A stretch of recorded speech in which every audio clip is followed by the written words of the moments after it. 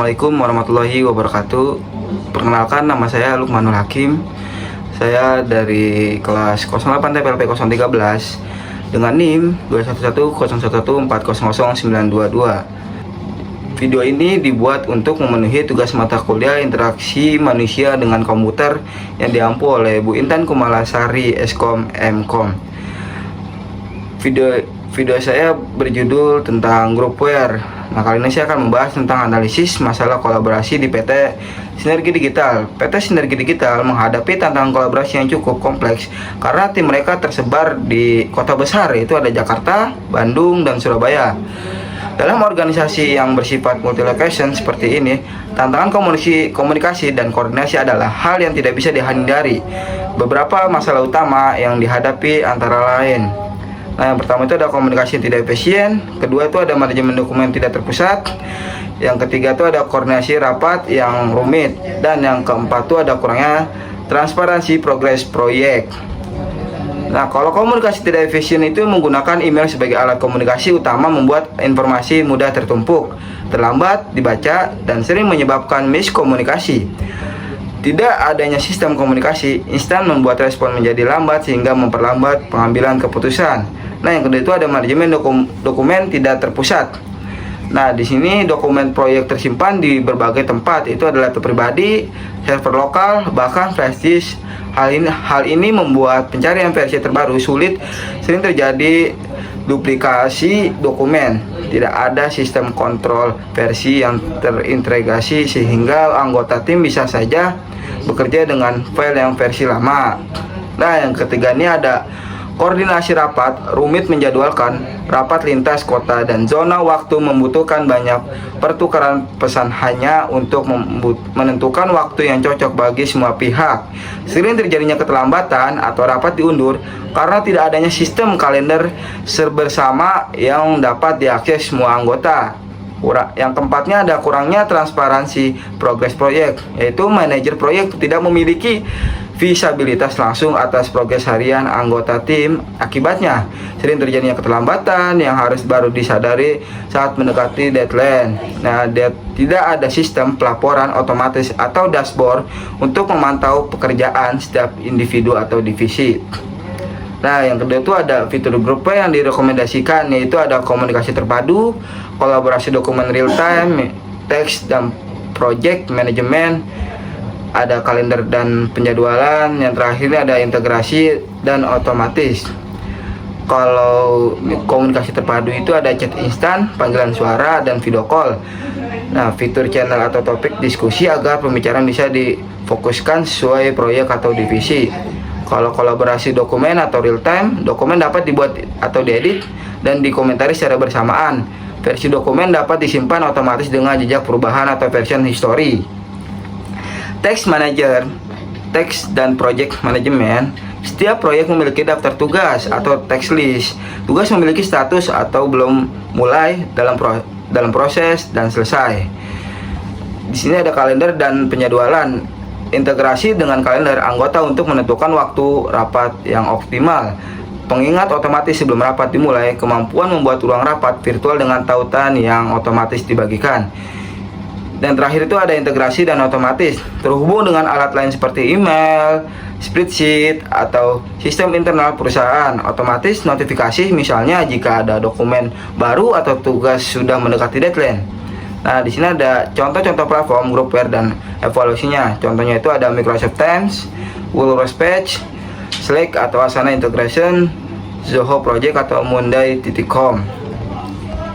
Kalau Microsoft Teams itu ada fitur lengkap untuk komunikasi manajemen proyek dan dokumen terintegrasi dengan Microsoft 365 seperti Word, Excel, OneDrive, dan Outlook. Cocok untuk organisasi berskala menengah hingga besar. Tantangannya itu yaitu biaya langganan dan kebutuhan pelatihan awal. Nah, kalau di sini ada Google Workspace, Chat, Meet, Docs. Ringan, mudah digunakan, berbasis web. Cocok untuk kolaborasi dokumen secara cepat. Tantangannya itu ada tidak sekuat Microsoft Teams dalam manajemen proyek kompleks. Nah, di sini ada Slack dan Asana Integration. Kalau Asana Integration itu untuk mengelola tugas tugas atau progres dan timeline proyek. Kalau Slack itu untuk komunikasi tim yang cepat dan responsif, cocok untuk tim kreatif atau startup. Di sini yang terakhir ada Zoho Project atau Monday.com. Platformnya itu manajemen proyek berbasis visual dan menyediakan pelacakan waktu, pelaporan, dan kolaborasi yang fleksibel. Cocok untuk perusahaan yang ingin fokus pada manajemen proyek secara detail. Di sini ada rekomendasi pengembangan groupware dan rekomendasi groupware di masa depan.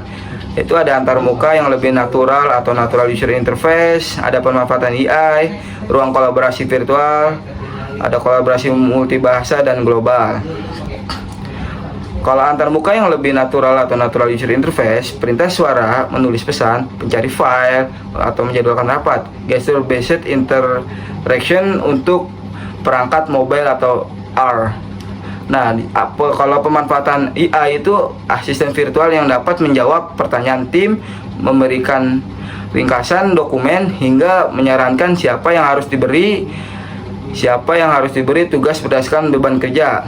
Prediksi keterlambatan proyek berdasarkan tren penyelesaian tugas. Ruang kolaborasi virtual atau Metaverse Workspace, anggota tim dapat bertemu dalam ruang 3D virtual. Cocok untuk diskusi, desain, brainstorming, atau presentasi yang lebih interaktif. Kalau kolaborasi multibahasa dan global, yaitu sistem terjemahan otomatis untuk tim global. Deteksi konteks budaya dalam komunikasi agar tidak terjadi salah paham antar budaya. Nah, di sini ada 3 pertanyaan. Saya akan menjawab pertanyaan 1, itu berdasarkan tantangan yang dihadapi PT Sinergi Digital. Identifikasi 3 jenis fitur yang groupware yang paling krusial untuk diimplementasikan. Jelaskan mengapa masing-masing fitur tersebut penting dalam konteks permasalahan yang ada. Berdasarkan studi kasus PT Sinergi Digital, yaitu ada miskomunikasi terintegrasi, manajemen dokumen, kalender, dan penjadwalan. Yang keempat itu ada progress tracker. Nah, kalau miskomunikasi integrasi, chat dan video call mengatasi miskomunikasi melalui percakapan real time, misalnya kayak channel proyek Jakarta. Kalau yang manajemen dokumen cloud, menghindari file tersebar, edit dokumen real time, kontroversi otomatis, contohnya kayak kolaborasi proposal antar tim Bandung dan Surabaya. Kalau yang ketiga itu ada kalender dan penjadwalan, yaitu mempermudah penjadwalan rapat lintas lokasi, notifikasi otomatis. Kalau yang keempat itu ada progress tracker, dashboard. Progress tugas memudahkan manajer memantau perkembangan proyek. Di sini ada pertanyaan kedua, yaitu sertakan contoh spesifikasi dari aplikasi atau platform groupware yang mungkin cocok untuk masing-masing fitur yang Anda sebutkan, dan jelaskan keunggulan serta keterbatasan dari pilihan tersebut untuk PT Sinergi Digital. Yang pertama itu ada Microsoft Teams, Google Workspace, Slack atau Trello, Asana. Kalau Microsoft Teams, fitur itu sangat lengkap, kayak seperti chat, video, file sharing, integrasi Office, text management. Dan kalau keunggulannya itu ada sistem terpusat dan aman.